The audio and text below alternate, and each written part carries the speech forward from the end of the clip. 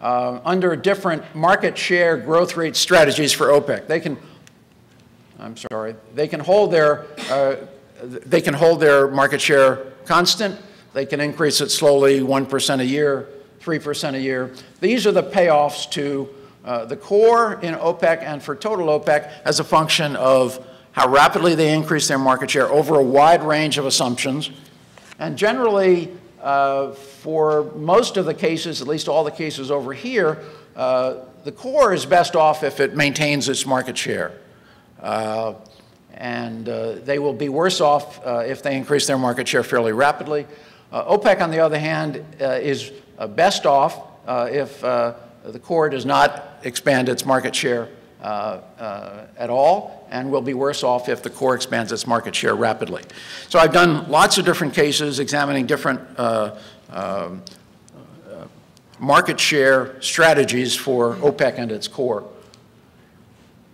Here I do similar calculations with what I call median elasticity assumptions and the lowest elasticity assumptions that I have. I'm going to show the payoffs just to Saudi Arabia in green and the payoffs to total OPEC.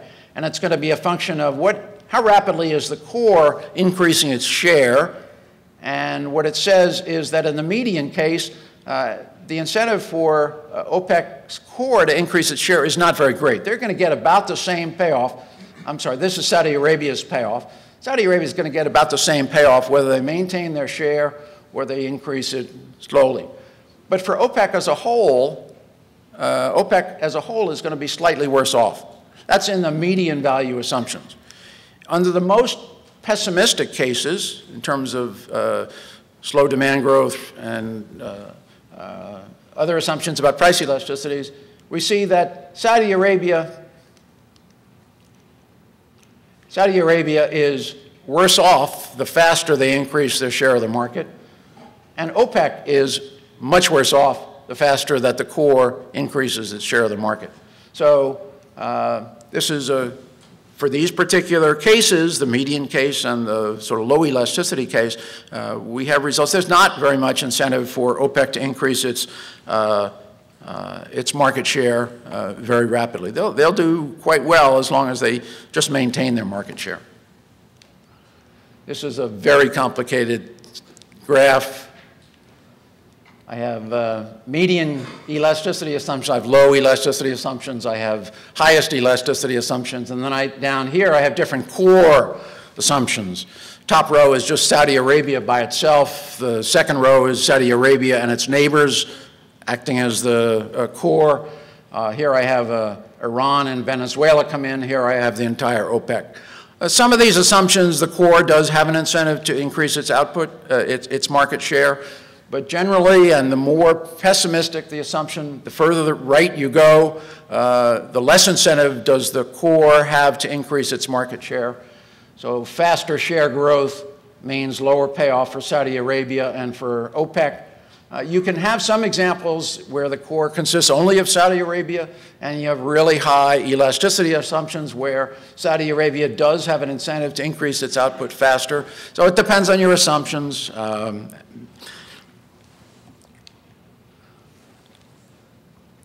This is something from another paper. Let me jump over this because I want to wind it up. My view is that projections of rapid increase in output from Saudi Arabia and OPEC are going to be less likely under several circumstances.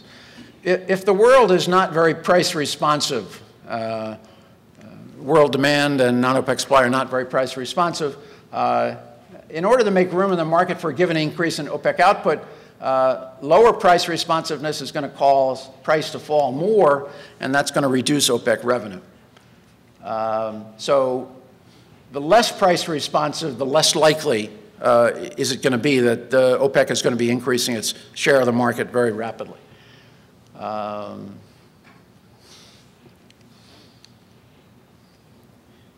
The other concern that I have is that we might not even be able to depend on OPEC maintaining its share of the market. Okay? If they let their market share decline slowly, they'll be worse off, but not a whole lot worse off.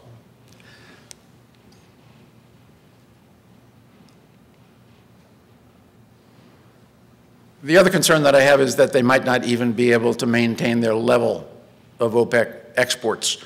And that would happen if their domestic oil consumption, which has been growing relatively rapidly, if it continues growing rapidly, that will be a problem. And part of the reason it grows rapidly is that prices are so low domestically, very low prices in many of the OPEC countries, domestically. So the concern I have is a future in which OPEC investment in capacity expansion is too slow and the world's need for OPEC oil goes unmet.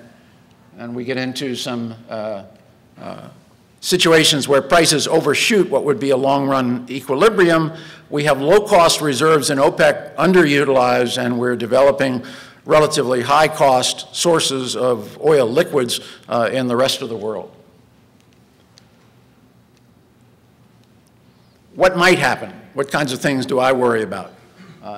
If they emphasize short-term needs for revenue, if they allow domestic political pressures to deprive the oil sector of the resources needed to expand, that could be a problem.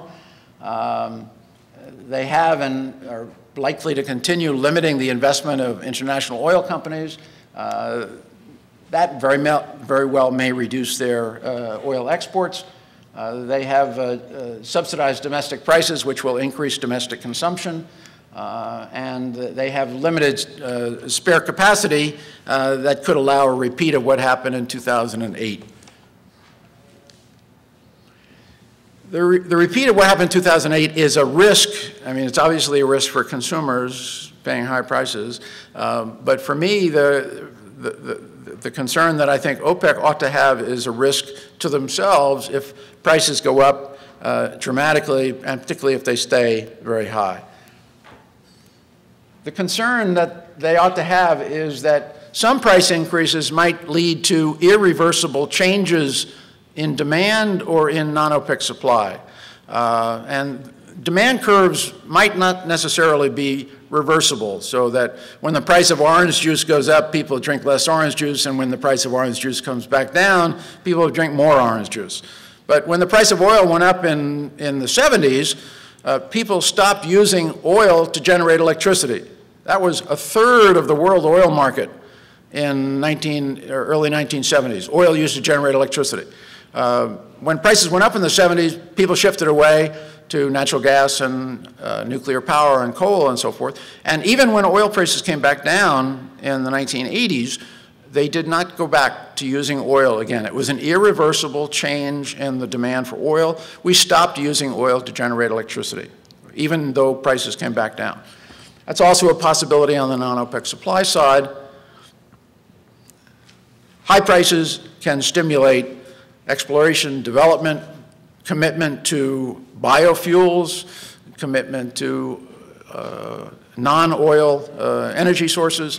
So, and that commitment could endure even if prices were to come down in the future. So for me, that's the risk that OPEC faces if prices go higher.